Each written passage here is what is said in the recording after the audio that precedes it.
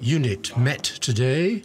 The situation is under control, even though there are still centers of tension in Paris and in the provinces. Lyon, Toulouse, Marseille, Caen, Bordeaux in particular, because they have had a very difficult day and incidents are continuing at this very moment. They are the responsibility of protesters, and they are being handled effectively and efficiently by law enforcement. A dozen other meetings and protest movements have occurred in the provinces without any problems. The march in favor of climate change was very peaceful because they were well organized, the marches were well organized, were in consultation with the law enforcement authorities. At 6 p.m. today, we counted 125,000 demonstrators across France, 10,000 in France. There are 118 injured people due to accidents, road accidents, or in the streets. 17 law enforcement members of the law enforcement forces have been injured. 284 injured in the law enforcement authorities. 1,385 people have been arrested. This figure is going to increase. 918 people have been remanded in custody.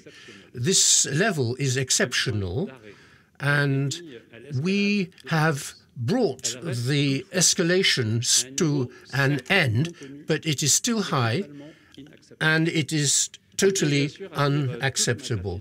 I would like to express my gratitude to the 120,000 law enforcement officers for their outstanding commitment and engagement today, this evening, and tomorrow. Their job isn't over. I can draw some conclusions.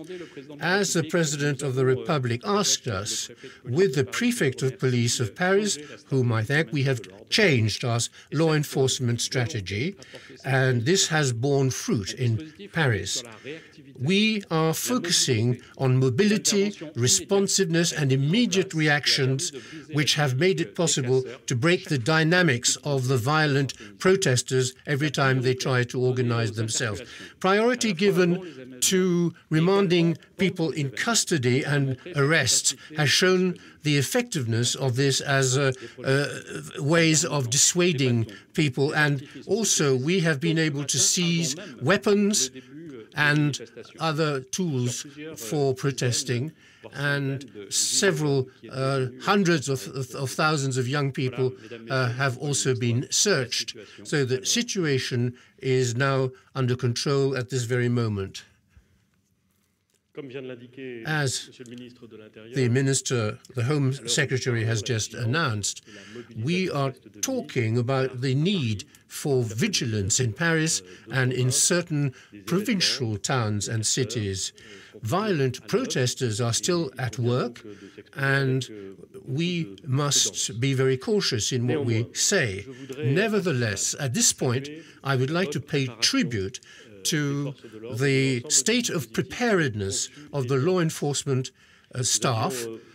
We had mobilized and had drawn up a plan, an exceptional plan in terms of the scale of mobilization of law enforcement officers by the choice of a strategy based on permanent mobility, and also by the determination to carry out as many arrests as possible in order to prevent further violence by participants in these demonstrations.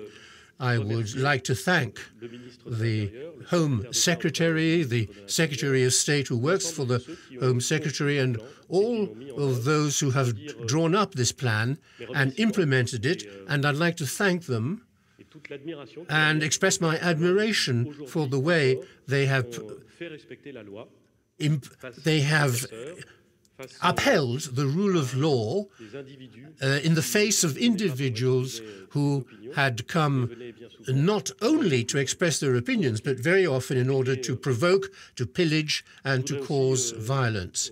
I would also like to repeat the government's thanks to all those who, during the week, in the recent days, have called for calm, have invited those who have legitimate claims not to mix with violent protesters. Trade union leaders, political leaders, leaders of non-profit organizations who have called for calm. I'd like to thank them all. Finally, the time has come to engage in a dialogue. This dialogue has started. There have been debates in Parliament.